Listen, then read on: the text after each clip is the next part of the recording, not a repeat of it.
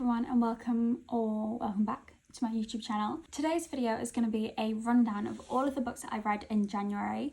So get comfy, get a snack or a drink or whatever you fancy. I have a very fancy iced latte. This is a iced chocolate and pistachio mocha. So it's a iced mocha with pistachio sauce, pistachio crumbled on top, and then of course my green turtle straw. It's lukewarm. It's very nice. Okay, so today's video is going to be a big rundown of all of the books I read in January. Now, I read quite a different range of genres of books, so hopefully there should be something here for everyone. I also like to read a range of longer and shorter books. I just feel like it helps me keep up my momentum of reading. Sometimes I can go into big reading slumps when I'm just reading longer books where I just don't read anything for weeks and weeks and weeks, but I find that reading shorter books helps me read quite regularly. I do have a very, very long and ever-growing reading list. I've got plenty to get through. However, I would, with open arms, welcome any book recommendations. I'd love to hear what you guys have been reading this January, and if you have any recommendations for me as well. I think that would be really cute. It would be like a little book club in the comments of my videos. Oh, just FYI, I read most of my books on my Kindle, which is why I don't have the physical copies of the books to show you for most of them. And if you are at all on the fence about getting a Kindle, I would 100% recommend. Okay, let's just jump straight into this video. So, some reading statistics for the month for my reading. This might just help you get a bit of a better idea of the type of books that I read and how long they are and how I rate books. So, in January, I have read 6 books. My ratings overall have an average of 3.8 out of 5. I've read a total of 1,531 pages with an average book length of 255 pages. So genre-wise, I've read 2 dystopian novels, 1 apocalyptic thriller, 1 rom-com, 1 psychological thriller, and 1 memoir. So quite a range of books. I will just jump into the first book. I hope you enjoy this. These are in chronological order as well. So the first book I read is Tender is the Flesh by Augustina Bazterrica. Not sure if I pronounced that right. So I've rated this book 5 out of 5 stars. It's got 226 pages and it's classed as a dystopian novel. I've got my notes on my laptop here as well, which is why I might be looking down. But I really, really enjoyed this book, which feels very strange to say because it's such a disturbing book. So the premise of the book is basically all of the animals in the world have become infected, and essentially all animals have gone extinct, which means that humans can no longer eat animal meat, which has meant that they've resorted to eating human meat. So essentially now everywhere in the world they breed and slaughter humans for consumption. It's a very, very disturbing and strange topic for a book, obviously, but it's very, very interesting. What are you doing?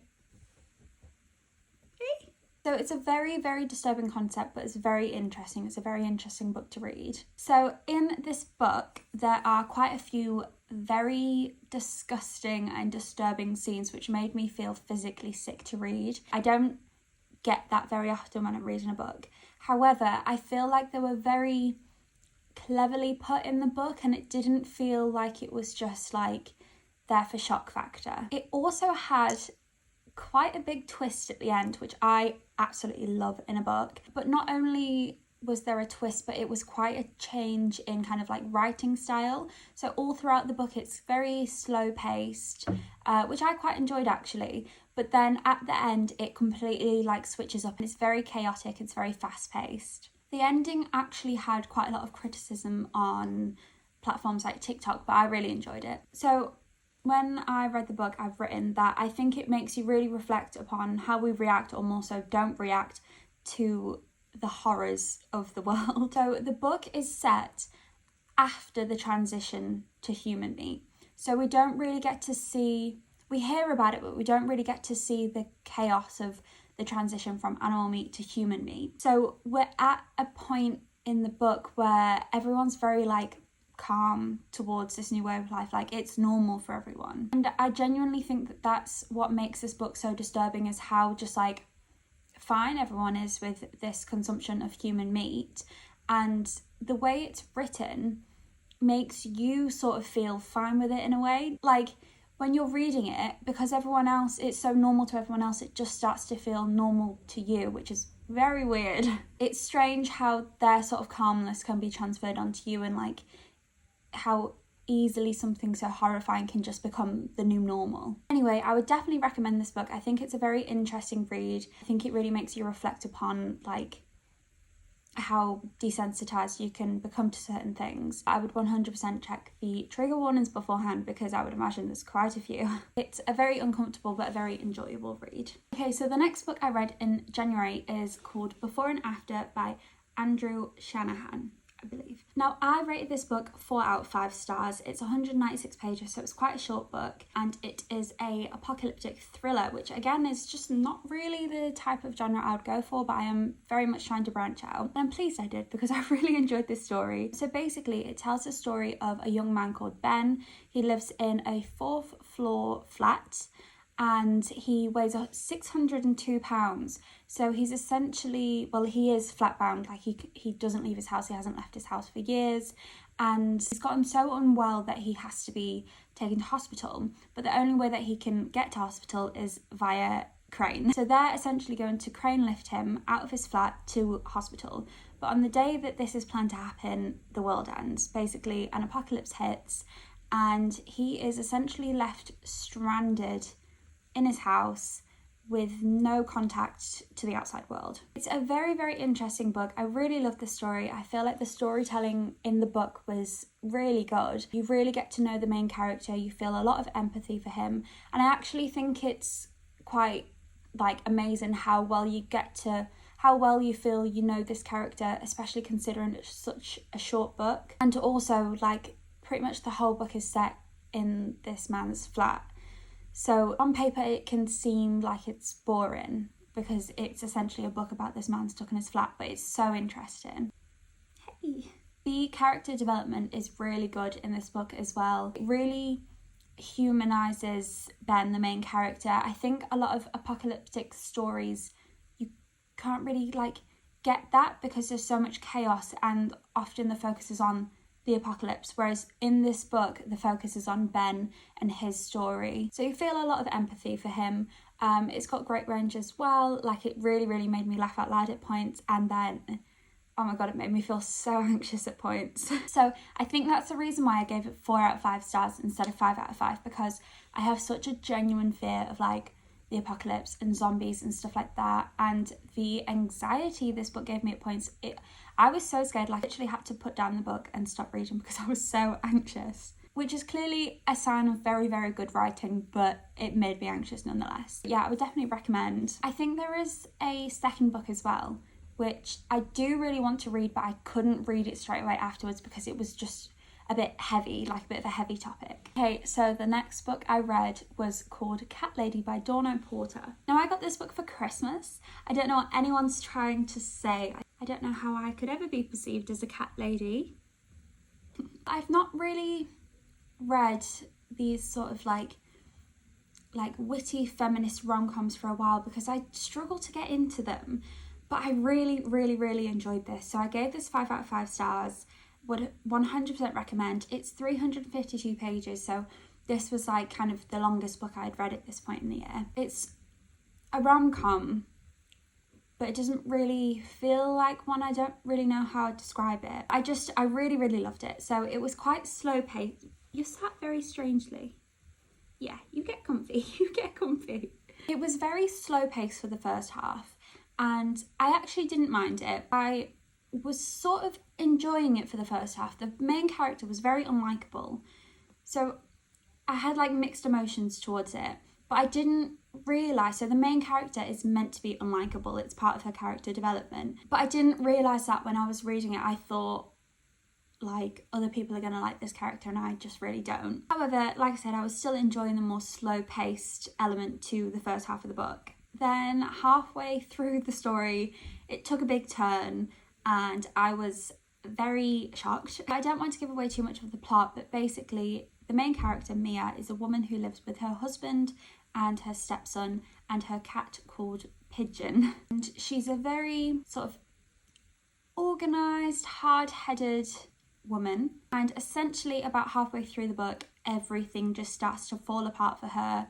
And she basically questions if she's living the right life for her. It's a great book that's funny, it's witty, it's romantic, it's got great character development as well. I went from having such dislike for the main character to having so much empathy for her, and I think that like is a good sign of like character development. Also, it made me want to cuddle my cats a lot more, which I'll never complain about. So it kind of discussed unrealistic expectations for women and how women have to sort of fit into a box, because if they don't, then they'll instantly get labelled or like brandished with these labels of like a crazy cat lady or just like crazy or hot-headed and stuff like that. And it's sort of talked about how you can go against that. But yeah, definitely really enjoyed it. I'm not really sure if there's any trigger warnings I would think of for this book, but it was really good. I really enjoyed it. Okay, so the next book I read was called Behind Closed Doors by B.A. Paris. So I gave this a 4 out of 5 stars. It's 293 pages long and it's a psychological thriller. Now, I absolutely love me a psychological thriller. There's so many out nowadays and there's so many that are like trending on TikTok. And I just love them. I just think they're great. So Behind Closed Doors, this book was so creepy, like really weird. So this book tells the story of a woman called Grace. And Grace has a sister with Down syndrome and their parents have essentially kind of like abandoned them / kind of decided that they just don't want to have them anymore. So despite this, Grace actually does really well for herself. She decides to become the legal guardian for her sister. She also does really well in her career and she gets her dream job. And then she meets her dream man, who is too good to be true.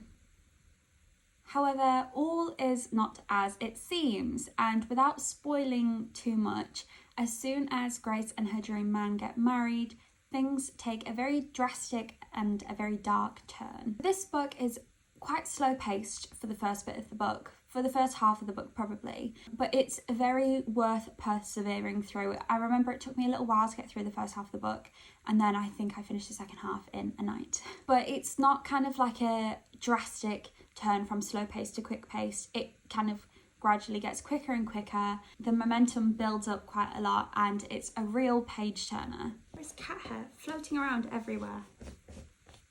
And I have cat hair all over me. My cats are really shedding at the moment. Okay, I'll try and cover that hair up. So it's definitely a good thriller that I would 100% recommend. It made me feel such a strong sense of anxiety at parts, and it also made me feel really claustrophobic. Like I genuinely couldn't see a way out for the main character. Like I genuinely couldn't see a resolution to the problem. It's not the best thriller I've read because it is quite slow paced at the beginning. However, I definitely would recommend, although I would recommend to look at the trigger warnings beforehand because there's a lot of not very nice topics. Oh, I've just seen a man walk past with a bunch of flowers. That's so cute. Okay, the next one. I'm a bit scared to talk about this one. But the next book I read was called Watching Neighbours Twice a Day by Josh Widdicombe. So I gave this a 3 out of 5 stars. This book is 304 pages long and it's a memoir / a humorous kind of cultural study. I don't really know how you'd class it. So I have such mixed feelings about this book. So this is a memoir, basically like a memoir / a memoir? Am I saying that right? Anyway, kind of like a cultural commentary book, and it's written by a comedian called Josh Widdicombe. And Josh Widdicombe is one of my all-time favourite comedians. I just love him so much. I love all the content he produces, especially his Parent in Hell podcast with Rob Beckett. I think he's hilarious, and I do think that his comedic voice really came out in this book. It was a very funny book. I love that his voice was very strong in the book as well, because it added like a lot of familiarity, which is nice. It's very comforting when you're reading, and it feels like you're just listening to someone that you know. To be honest, I really loved this book. I did, which you might be thinking why did I give it 3 stars, but I really loved this book. It made me feel really nostalgic for the old television that we used to watch, but also for the way that we used to watch TV, as opposed to the very sort of on-demand 24/7 access to any program that we ever want to watch that we have at the moment. It has genuinely made me think about how easily we can access content. I don't think the book meant to, like, the book didn't go into that deep detail about it. It's not like a really kind of thought-provoking book, but it did really make me think about that and how it's sort of nice to, like, maybe not have as easy access to content, and it makes you, oh, I don't really know where I'm going with this. I don't know, sometimes it's just nice to not have so many options. However, I did only give it a 3 out of 5 because, I'll be honest, I did struggle to get through it quite a lot, but I think that's purely down to I was not the target audience for this book. There was just a lot of cultural references in the book which I just had no idea what it was referring to. To be fair though, reading a book which is specifically about 90s TV when I was born in the year 2000 is sort of setting myself up for failure. However, I think it would definitely be suited to someone who is a bit older and someone who's maybe interested in things like sports, because there are a lot of references to different sports such as football, even like snooker and stuff like that.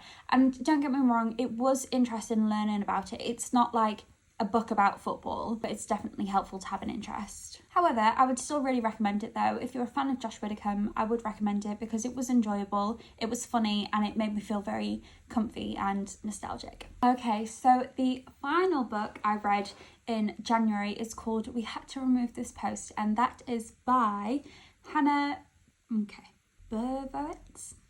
That's what I'm going to go with. So unfortunately, I only rated this book 2 out of 5 stars. It's quite a short book. It's, I think, the shortest book I read in January. It's only 160 pages and it's a sort of like a dystopian novel, but it's not like everything it's describing is things that already happened, so it's just like a realistic novel in a way. So I just didn't love this one. I wish I could have loved it, but I just did not love it. This book has been really, really overhyped on TikTok. I see this on so many videos about the... Oh, bless you. I see this book featured on so many recommendation videos about like the best dystopian short books you should read, or the best like thrillers you should read, or like the best disturbing short books you can read. And I would just not recommend this book at all. Maybe I'm missing the point of the book. However, I just didn't like it. I thought it was going to be a really sort of like thrilling, like thought-provoking dystopian novel, but it was just boring. There was maybe like 2 kind of descriptions of things which were not very nice. It's not that I'm looking for a book which is just like gore, because that's not nice. I'm not interested in that. But like, it's all about sort of like a group of content moderators, and to me that just screams like, oh, like that is gonna unearth loads of sort of hidden horrors of the internet that we would never think of, and it just didn't do that. To be honest, it talked more about drinking in their local bar than content moderation. Everything just felt very flat in this book. Nothing happened. And don't get me wrong, I'm a big fan of books where it's like no plot, just vibes. But this book didn't have a plot, but it also didn't have a vibe. Like, the writing was so boring. There was no personality to anyone. All of the characters were not very likable. Everything just felt very one-dimensional, and I just didn't feel anything after I had read it. The thing is, I think what's disappointing is the premise of the book is so interesting. Like, I've never even really thought very much about the behind the scenes of content moderation. And when you even start to think about that a little bit, you sort of, like, your mind runs wild and you think like, oh my God, they must see the most horrific things. But like, it just doesn't like even touch upon any of that really. It just had a lot of potential to be a very thought-provoking book, and it just wasn't. So yeah, I don't know if I'd recommend that book, but it's very short. It's only 160 pages, so give it a go if you feel like it, and you might enjoy it and you might be able to take something from it that I wasn't able to. Okay, so that is all 6 of the books that I read in February. I have really enjoyed reading this month, and I hope that I can kind of keep up that momentum in February as well. My overall goal for the year is 25 books, and I'm already 6 books down, so I think that's pretty good going. I love reading so much, and I would love to be able to sort of share my opinions with you guys on this platform and just have a bit of a conversation about books and the books we love reading and the books that we don't love reading. My book reviews are definitely not the most profound or clever, and my opinions might not be right, or I don't know, I might miss the mark with a lot of books. I might not get what they're trying to say in their books, but this is just my opinion, and then hopefully this should give you some good recommendations for things to read. So yeah, put your recommendations in the comments down below. Let me know what you've been reading this January, and I really hope you enjoyed this video. Of course, if you did, like, comment, subscribe, all of that stuff, and hopefully I will be back at the end of February with another one of these videos, but maybe some other little videos in the meantime. I don't know, probably not.